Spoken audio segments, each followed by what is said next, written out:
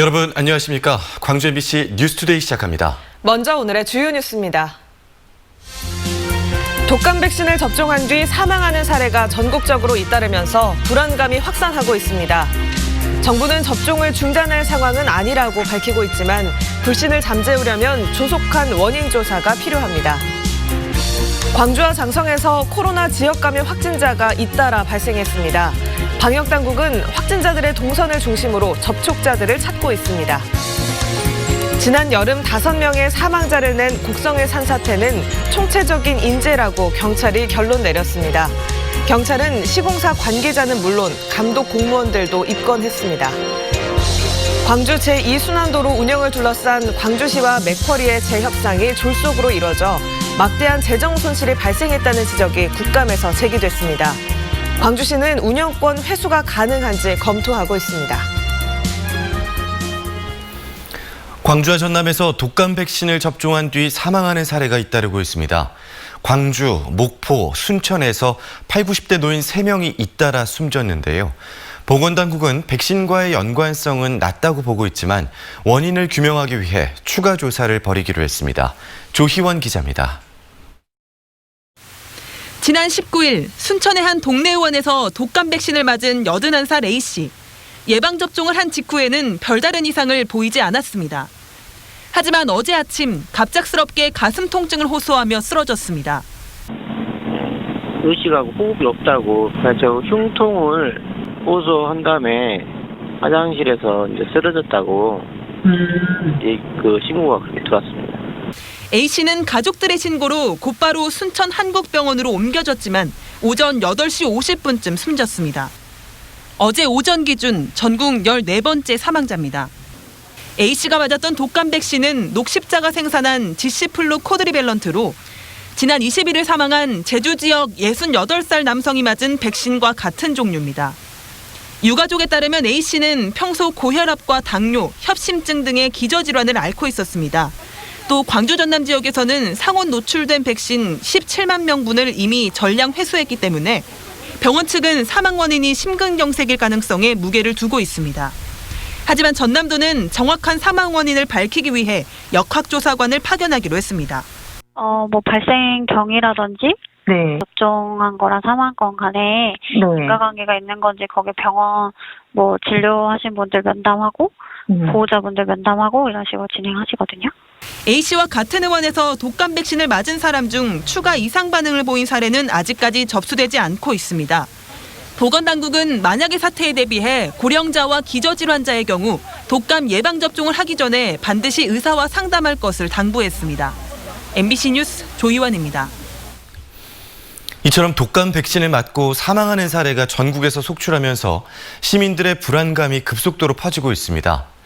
백신에 대한 불신이 가중될수록 코로나19와 독감이 동시 유행할 가능성이 커질 수 있는 만큼 신속하고 또 정확한 원인 조사가 필요해 보입니다. 보도에 이다현 기자입니다. 광주에서도 처음으로 독감 백신을 맞은 80대 여성이 숨지는 사례가 발생했습니다. 고혈압과 당뇨 등 기저질환이 있던 이 여성은 지난 19일에 독감 주사를 맞았고 사흘 뒤부터 호흡곤란과 의식불명 증상을 보이다 결국 숨졌습니다.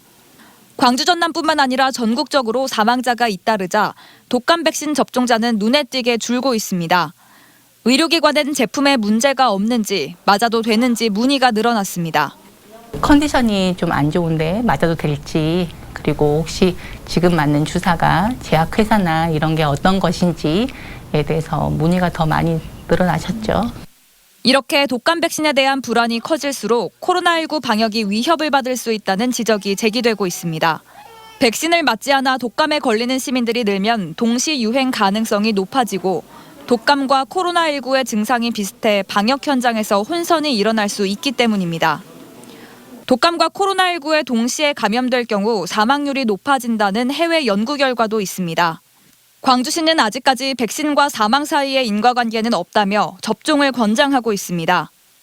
저희들은 이제 기본적으로는 맞으시라고 봅니다. 그래서 본인의 이제 건강 상태나 이런 거 봤을 때 컨디션 봐서 좋은 날 맞으신 것이. 하지만 전문가들은 접종을 권장하기 전에 원인부터 명확히 밝혀야 한다고 조언합니다.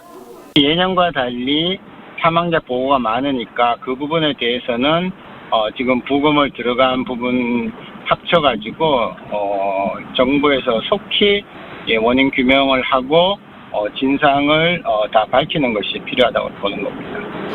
독감 백신 상온 노출 사고에 이어 접종자들의 사망 사례가 잇따라 발생하면서 방역 당국에 대한 신뢰에 금이 간 상황에서 빠르고 정확한 조사 결과를 내놓아야만 국민들의 믿음을 되찾을 수 있을 것으로 보입니다.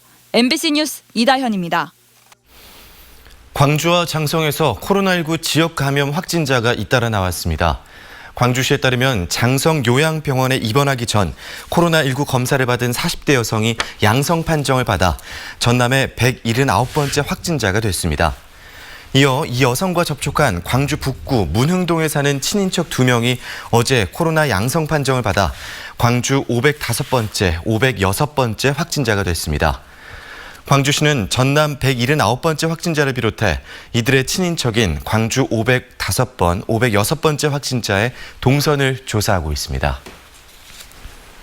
오늘은 첫 서리가 내린다는 절기 상강입니다. 어느덧 겨울이 오기 전 가을의 마지막 절기인데요. 오늘 절기답게 날이 많이 쌀쌀해지겠습니다. 어제에 비해 기온이 큰 폭으로 낮아지겠는데요. 아침 기온은 9도 안팎으로 어제보다 2도가량 낮게 시작했고요. 한낮 기온 15도 안팎으로 어제보다 4도가량 낮은 기온이 예상됩니다.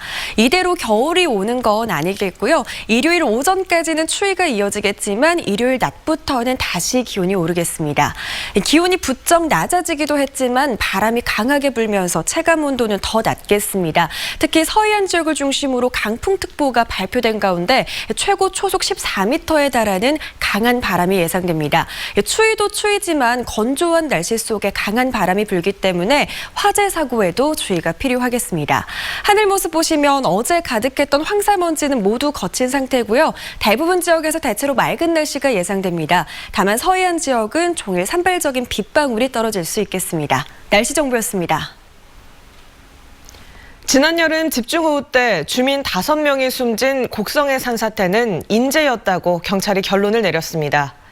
경찰 조사 결과 시공과 감리 전 과정에서 안전관리가 허술한 것으로 드러났습니다. 송정근 기자의 보도입니다. 하룻밤 사이에 주민 5명이 허망하게 숨진 곡성의 산사태 사고. 경찰은 총체적인 인재라고 결론 내렸습니다. 경찰이 특별수사단을 꾸려 2달 넘게 수사한 결과 허술한 안전관리가 공사 전반에 걸쳐 확인됐습니다. 시공사는 공사 과정에서 비탈면 안전검사 등을 제대로 하지 않았고 감리업체도 현장 주변 산사태 위험 요인을 확인하지 못했습니다. 또 공사발주처인 전남도 도로관리사업소 역시 관리 감독을 소홀히 한 것으로 조사됐습니다. 흙 같은 거, 돌 같은 거를 저 골짜구에다 막 쏟아 부어버렸어요. 그냥 비가 많이 오니까 그것이 겐단합니까? 쏟아 내려버리. 그러면 여기 절대 산사태가 날 때가 아니에요. 곡성군 오산면 국도 15호선 확장 공사는 산 정상 부위의 비탈면에 옹벽을 설치한 뒤 흙을 파내고 채우는 작업을 통해 도로를 확장하는 공사였습니다. 하지만 지난 6월부터 8월까지 계속된 비와 사고 당일 시간당 50mm가 넘는 많은 비로 토양이 비를 많이 머금게 됐고 결국 토합이 높아지면서 산사태가 발생하게 된 겁니다. 특히 경찰은 시공사가 공사 현장에 빗물이 스며들지 않도록 방수포를 설치해야 했지만 이런 안전시설물을 설치한 기록을 찾아볼 수 없었다고 밝혔습니다. 저희들이 이제 쭉 수사하면서 설계상, 시공상, 감리상, 그다음에 공사 전반에 대한 안전관리상 하자가 발견이 됐기 때문에 경찰은 지난 8월 말 시공사와 감리업체 관계자 4명을 한 차례 입건한 데 이어 공사발주처인 전남도 도로관리사업소 직원 등 5명을 추가로 불구속 입건했습니다. 또 도로 확장 공사 도중 산사태가 난 것은 전례가 없었다며 확인된 문제점을 관계기관에 통보해 유사 사건이 재발하지 않도록 개선책 마련을 촉구하기로 했다고 밝혔습니다. MBC 뉴스 송정근입니다. MBC가 보도한 여수 돌산 지역 유명 리조트 업체의 자연 파괴 행위에 대해 여수 지역 시민단체가 철저한 원상 회복과 엄정한 수사를 촉구했습니다. 여수 시민사회단체 연대회의는 어제 성명서를 내고 한 유명 리조트 업체가 특화 경관지구이자 문화재 보호구역인 돌산읍 일대의 산림과 갯바위를 무분별하게 훼손한 것에 대해 분노한다며 여수시의 강력한 원상복구 명령과 해경의 엄정한 수사를 요구했습니다. 최근 미성년자가 렌터카를 불법 대여해 인명사고를 낸 것과 관련해 광주시가 현장 단속에 나섭니다.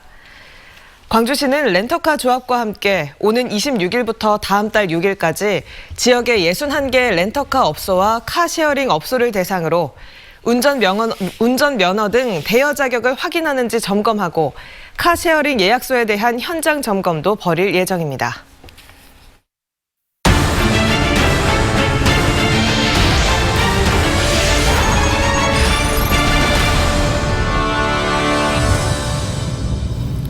세금 먹는 하마로 불리는 광주 제2순환도로 문제를 해결하겠다고 광주시가 4년 전 맥쿼리와 재협상을 했었죠. 하지만 이 재협상도 졸속으로 진행이 돼서 막대한 재정 손실을 끼쳤다는 비판이 국정감사에서 제기됐습니다. 김철원 기자입니다. 민간 자본이 건설에 운영 중인 광주 제2순환도로 1구간 5.67km 구간입니다. 건설 당시 맺은 협약이 사업 시행사의 대주주인 맥쿼리에게 유리한 방식으로 맺어지면서 세금 먹는 하마 논란이 끊이지 않았습니다.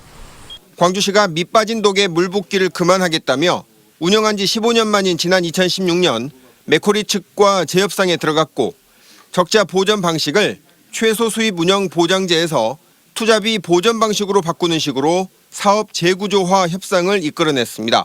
최소 운영 수입 어떤 보장, MRG 이걸 폐지를 합의하고 1,300억 원 정도의 시민의 혈세가 절감될 수 있는. 그런데 불공정을 바로잡기 위한 이 재협상도 졸속이었다는 비판이 제기됐습니다. 재협상에서 광주시가 인정해준 사업자의 투자 수익률은 9.8%, 1%대의 국채나 지방채 수익률 혹은 적어도 4.6%대 시중은행 당조대출 이자율을 적용할 수도 있었는데 수익률을 너무 높게 인정해줬다는 겁니다. 4%대 이자율을 적용하면 803억 원만 줘도 될 돈을 9%대 이자율을 적용해 1,710억 원이나 사업자에게 줌으로써 결과적으로 907억 원의 광주시 세금을 낭비했다는 건데 맥쿼리 측이 부담해야 할 법인세도 광주시가 대신 부담하고 있는 것으로 드러났습니다. 지난번 사업 재구조화 협상을 이렇게 졸속으로 했던 맥쿼리 인사들에 대해서도 검경의 수사 조치, 재수사를 촉구를 좀 하고 또 새롭게 이거 전체적인 재실사, 재조사를 좀 해야 될 필요가 있다고 생각하는데 시장님 생각 어떻습니까? 광주시도 재협상의 문제점을 인식하고 사업자로부터 운영권을 회수할 수 있는지를 뜻하는 공익처분 용역을 법무공단에 맡긴 상태라고 밝혔습니다. 저희가 이제 공익처분 여부 그리고 사업 재구조와 재협상 그리고 아까 말씀하신 그 관련된 사람들의 법률적 처분 문제를 깊이 검토를 하겠습니다. 이 순환도로 1구간에서 맥쿼리는 지금까지 광주시 예산 2,860억 원, 시민들 통행료 2,780억 원 등 모두 5,651억 원을 챙겨갔고 앞으로 9년 동안 4,028억 원의 세금과 통행료를 더 걷어갈 예정입니다. 다음 달에 나올 공익처분 용역 결과에 관심이 쏠립니다. MBC 뉴스 김철원입니다. 지난해 시작된 일본의 수출 규제와 화이트리스트 배제로 이 세라믹 원료 소재의 안정적인 국내 수급이 심각한 문제가 됐었습니다. 이에 정부가 이 세라믹의 핵심 소재인 산화 알루미늄의 분말을 국산화에 나섰습니다. 김양훈 기자가 취재했습니다. 제철소에서 필요한 내화물 원료를 생산하는 영암 대불산단의 한 업체. 알루미늄을 열처리해서 순도를 올리는 방식으로 원료를 만들고 있습니다. 연간 생산량은 10만여 톤. 하지만 우리나라는 세라믹 핵심 소재인 고순도 산화 알루미늄 분말 제조 기술 미비로 대부분 일본 등에서 수입하고 있습니다. 국산화가 시급한 상황 속에 고순도 산화 알루미늄 소재 상용화 기술 개발이 본격 추진되고 있습니다. 대한세라믹스 등 세라믹 관련 업체와 연구기관 등 산, 학, 연 22곳이 컨소시엄을 구성해 연구 개발에 나섰습니다. 대일본 의존도가 높은 산화 알루미늄 분말 소재의 국산화를 이룬다는 계획으로 국비 등 378억 원이 투입될 예정입니다. 해외 의존해서 수입하여 적용하던 반도체 장비용 부품 소재나 방열 소재에 적용되는 산화 알루미늄 소재에 대한 국산화 과제가 되겠습니다. 단순 연구 개발에 그치지 않고 시제품 제작, 참여 기간의 필드 테스트와 표준화까지 완성될 예정입니다. 고순도 산화 알루미늄을 분말을 개발을 하고 저희가 개발된 그 분말을 가지고 수요 기업에서 반도체 소재를 만들어서 대기업에 납품하는 정부 국책과제인 첨단 산업용 고순도 산화 알루미늄 소재 상용화 기술 개발은 오는 2024년까지 진행됩니다. MBC 뉴스 김양훈입니다. 지난달 광주 지역 수출이 작년 같은 기간보다 30% 이상 증가하면서 연중 최고치를 기록했습니다. 한국무역협회 광주전남 지역본부가 발표한 9월 광주전남 수출입 동향에 따르면 지난달 광주의 수출은 지난해 같은 기간 대비 35.4% 증가한 14억 2천만 달러를 기록했습니다. 품목별로 보면 자동차가 74.7%, 냉장고가 72.1% 늘어나 광주의 수출 증가를 이끌었습니다. 반면 전남 지역 9월 수출액은 석유 제품의 수출 부진이 계속되면서 지난해 같은 기간보다 23.9% 떨어졌습니다.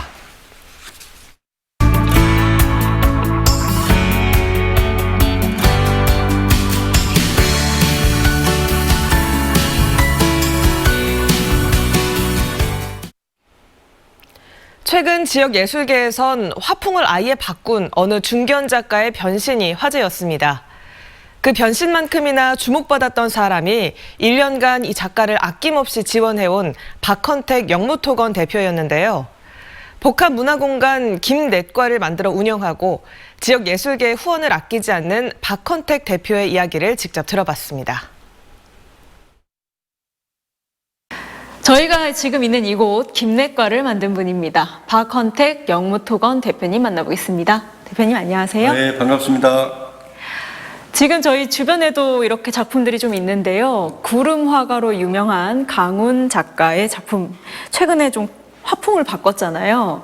이렇게 바꾸는데 대표님의 역할이 컸다? 이런 얘기 들었습니다. 어떤 얘기인가요? 광주라는 지역이 예술가들이 많이 있긴 한데 중견 작가로서 살아나가는 삶들이 저희 기대치만큼이 아니더라고요. 강훈 작가는 그래도 지역에서는 잘 나간 작가라고 생각을 했는데 그런 부분이 쉽지 않게 가는 부분이 되는데 본인이 한번 치열한 작업을 해보고 싶다. 그래서 기업이 좀 후원이 필요하면 좋겠다. 이런 어려운 화두를 저한테 던져줬어요. 좀 신뢰가 안 된다면 어떤 지원을 좀 했는지 굳이 여쭤봐도 될까요? 가장 중요한 것은 이제 금전적인 부분이잖아요. 저한테 요청한 게 한 달에 1,000만 원씩 1년만 도와주라 그래서 제가 뭐 다른 일도 하는데 또 제가 할 수 있는 부분이 가능한 일이기 때문에 저도 뭐 1년 동안 열심히 좀 사업을 해서 돈을 벌자 그런 목표를 가지고 제가 후원을 했는데 벌써 1년이 훌쩍 지나버렸어요. 건설회사 대표님이신데요. 이 후원 외에도 그동안 해오신 일들을 보면 지역 문화 예술계에 도움이 되는 일들이 굉장히 좀 많았습니다. 예술 쪽에 관심을 갖게 된 계기가 있으세요? 예술을 통해서 제 브랜드를 좀 확장을 해보고 안정적인 상품을 만들어보자. 그래서 저는 좀 예술을 접목한 이유가 마케팅입니다. 마케팅을 통해서 좀 제 브랜드도 키워보고 또 제가 하는 그 사업들이 남들보다 좀 빨리 분양도 되고 또 자리를 빨리 잡기 위해서 상업적으로 또 마케팅 쪽으로 활용을 했습니다. 그런데 이렇게 마케팅으로 활용을 하다가도 사실 기업이 어느 정도 성장을 하면 뭐 지역성이나 이런 것도 좀 희미해지기 마련이고 그런데도 계속 그 지역 문화계에 좀 투자를 하고 했던 이유가 있을까요? 저도 태어난 데가 이쪽 호남 쪽이고 또 저한테 이렇게 성장 기반을 주고 현재 기업을 할 수 있는 기회를 준 것도 이쪽이거든요.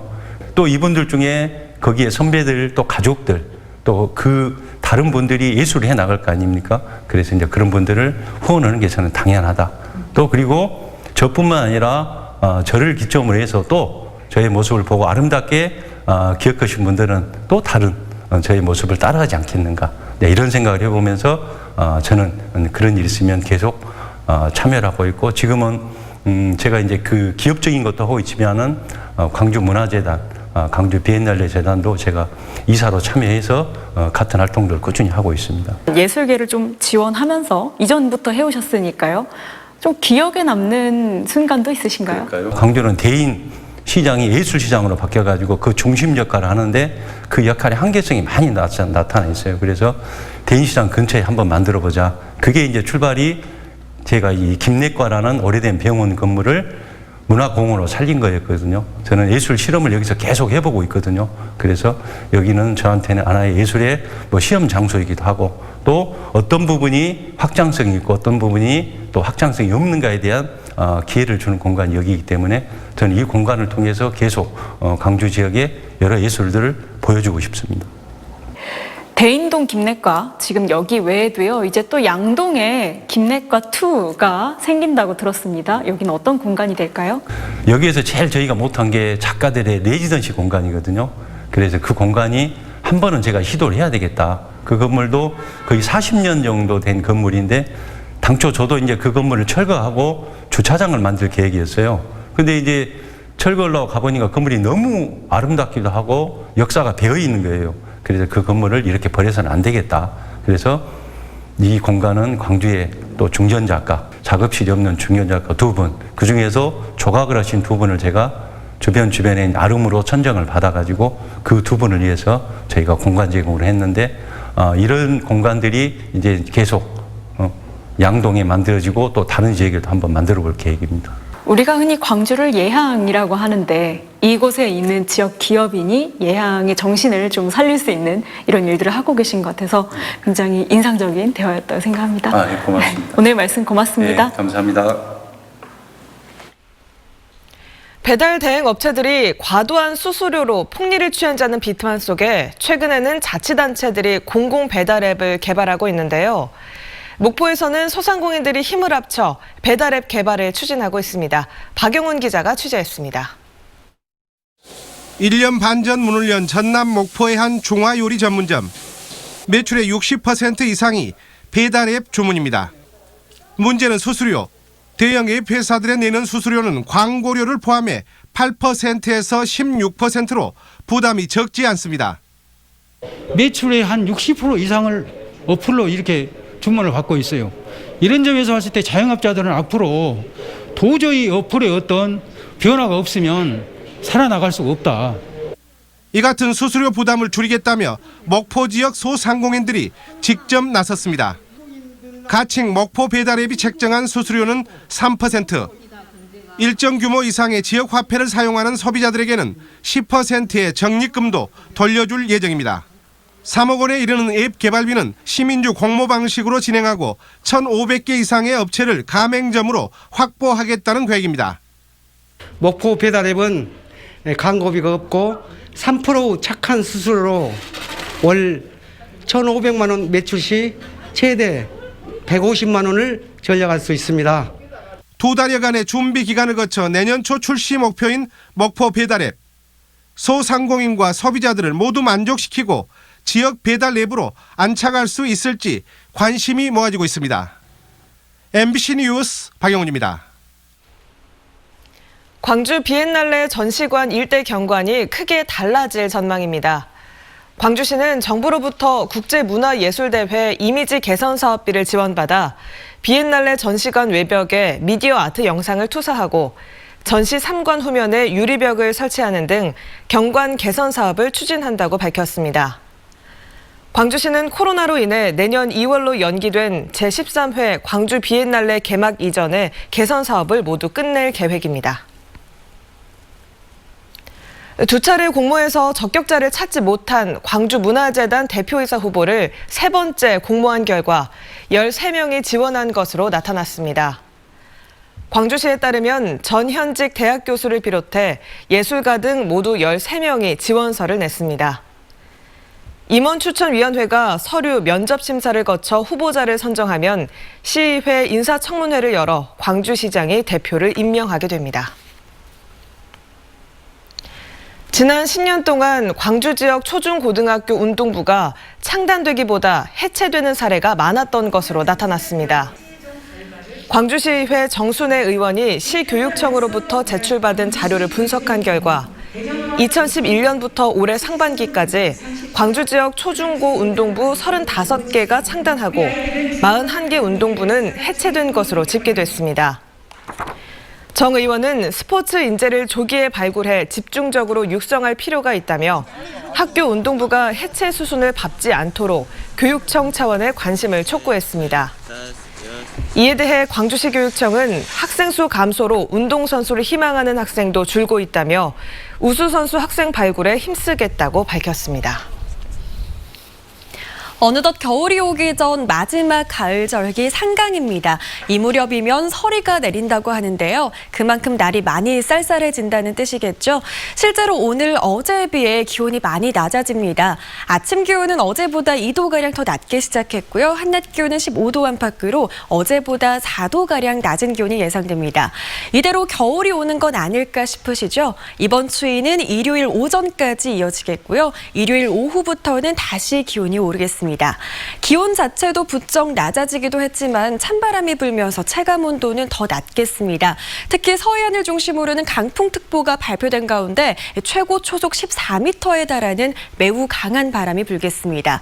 추위도 추위지만 건조한 날씨 속에 강한 바람이 불기 때문에 각종 화재 사고에도 주의가 필요하겠습니다. 현재 하늘 모습 보시면 어제 가득했던 황사 먼지는 모두 거친 상태고요. 구름도 거치면서 맑은 하늘이 드러나겠습니다. 다만 서해안을 중심으로는 산발적인 빗방울이 떨어질 수 있겠습니다. 광주의 현재 기온은 10도 안팎 보이고 있습니다. 한낮 기온은 대부분 지역에서 15도 안팎으로 어제보다 4, 5도가량 낮겠습니다. 목포의 낮 기온 14도 안팎으로 예상되고요. 강진의 낮 기온 16도 안팎 보이겠습니다. 곡성의 낮 기온은 15도 안팎으로 예상됩니다. 현재 전해상에 풍랑특보가 발효 중인 가운데 바다의 물결은 최고 4m로 매우 거세게 일겠습니다. 일요일 낮부터 낮 기온은 다시 20도 안팎으로 오르겠지만 아침 기온은 계속해서 한 자릿수대에 머물겠습니다. 날씨 정보였습니다. 이상으로 광주 MBC 뉴스투데이를 마칩니다. 함께해 주신 여러분 고맙습니다.